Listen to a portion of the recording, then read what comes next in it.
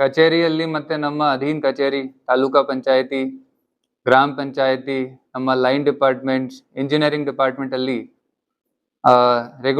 Regular ಆಗಿ ನಮಗೆ complaint ಸಿಗ್ತಾ ಇರ್ತದೆ.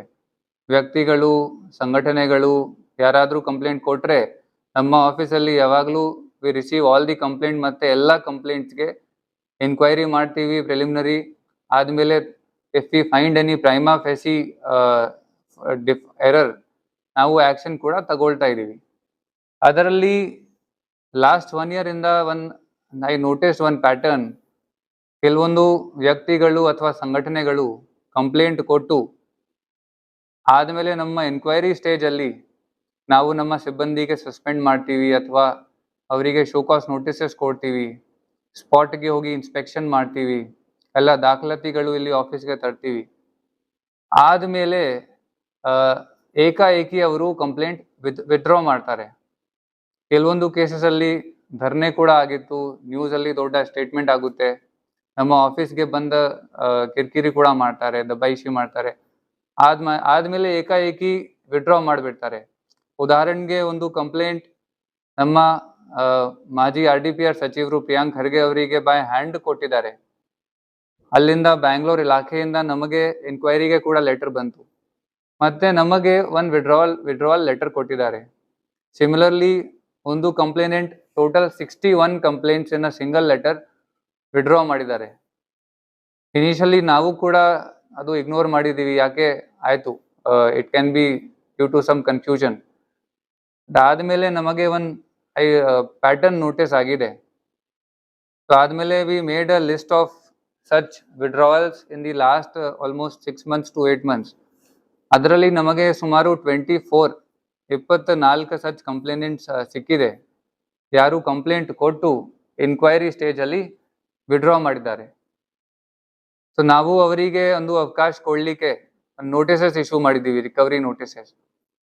ಬರೀ ಒಂದು ಟೋಕನ್ ಅಮೌಂಟ್ ಅಷ್ಟೇ, ಯಾಕೆ ಎನ್ಕ್ವೈರಿಯಲ್ಲಿ ಸರ್ಕಾರ ಸಿಬ್ಬಂದಿದು ಸಮಯ ವೇಸ್ಟ್ ಆಗುತ್ತೆ, ಅವರದ್ದು ಸ್ಯಾಲರಿ ವೇಸ್ಟ್ ಆಗುತ್ತೆ.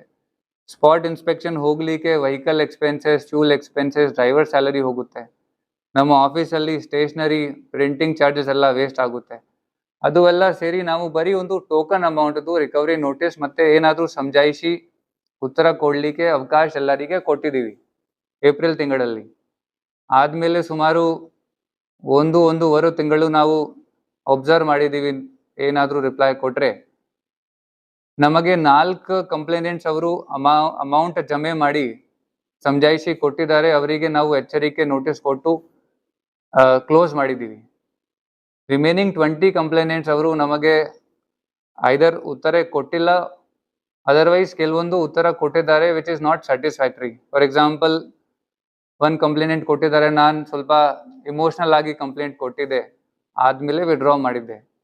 ಇನ್ನೊಂದು ಕೊಟ್ಟಿದ್ದಾರೆ, ಕಾಂಟ್ರಾಕ್ಟರ್ ವಿರುದ್ಧ ಕಂಪ್ಲೇಂಟ್ ಕೊಟ್ಟಿದೆ, ಇವಾಗ ಕಾಂಟ್ರಾಕ್ಟರ್ ನನಗೆ ಬಂದು ಭೇಟಿ ಮಾಡಿ ಆಶ್ವಾಸನ ಕೊಟ್ಟಿದ್ದಾರೆ, ಅದಕ್ಕೆ ನಾನು ವಿಡ್ರಾ ಮಾಡಿದ್ದೀನಿ. ಸೊ ನಮಗೆ ಆನ್ಸರ್ಸ್ ಸ್ಯಾಟಿಸ್ಫ್ಯಾಕ್ಟರಿ ಸಿಗಲಿಲ್ಲ. ಅದಕ್ಕೋಸ್ಕರ ನಾವು ಅವರಿಗೆ 1 ವರ್ಷಕ್ಕೆ ಬ್ಲ್ಯಾಕ್ ಲಿಸ್ಟ್ ಮಾಡಿದ್ದೀವಿ.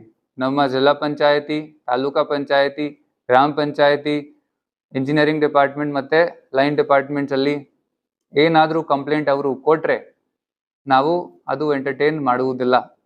And it is done not with any personal grudge, ಯಾರಿಗೆ ಟಾರ್ಗೆಟ್ ಮಾಡೋಕ್ಕೆ ಇಲ್ಲ. It is done in the public interest. ಯಾಕೆ ನಮ್ಮ ಜಿಲ್ಲಾ ಪಂಚಾಯತಲ್ಲಿ ಸುಮಾರು ವಾರ್ಷಿಕ 3000 to 5000 ಕಂಪ್ಲೇಂಟ್ಸ್ ನಮಗೆ ಬರೀ ಜಿಲ್ಲಾ ಪಂಚಾಯತಲ್ಲಿ ಸಿಗುತ್ತೆ. ನಮ್ಮ ಎಲ್ಲ ಲೈನ್ ಡಿಪಾರ್ಟ್ಮೆಂಟ್ಸ್, ಗ್ರಾಮ ಪಂಚಾಯತಿ, ತಾಲೂಕಾ ಪಂಚಾಯತಲ್ಲಿ ಸರಿ ನೋಡಿದರೆ ಮೋರ್ ದೆನ್ 10,000, 20,000 ಆ ಥರ ಕಂಪ್ಲೇಂಟ್ಸ್ ಬರ್ತದೆ. ಆ ಕಂಪ್ಲೇಂಟ್ ಎನ್ಕ್ವೈರಿ ಮಾಡಲಿಕ್ಕೆ ನಾವು ಸಫಿಷಿಯೆಂಟ್ ಟೈಮ್ ಮತ್ತು ರಿಸೋರ್ಸಸ್ ಡೈವರ್ಟ್ ಮಾಡ್ತೀವಿ. It is at the cost of development work. ಮತ್ತು ಯಾರ್ದು ಜೆನ್ಯೂನ್ ಕಂಪ್ಲೇಂಟ್ಸ್ ಇವೆ, ಯಾರ್ದು ಜೆನ್ಯೂನ್ ಗ್ರೀವಾನ್ಸಸ್ ಇವೆ, such complaints are done at the cost of genuine work. So genuine ಪಬ್ಲಿಕ್ಗೆ ಡಿಫಿಕಲ್ಟೀಸ್ ಅಥವಾ ಪ್ರಾಬ್ಲಮ್ ಆಗಬಾರ್ದು, ಮತ್ತು ಅಡ್ಮಿನಿಸ್ಟ್ರೇಷನ್ ಸ್ಮೂತ್ಲಿ ರನ್ ಆಗಬೇಕು. ಆ ಆಡಳಿತ ಹಿತದೃಷ್ಟಿಯಿಂದ ಮತ್ತು ಪಬ್ಲಿಕ್ ಇಂಟ್ರೆಸ್ಟಲ್ಲಿ ನಾವು ಈ ಡಿಸಿಷನ್ ತಗೊಂಡಿದ್ದೀವಿ.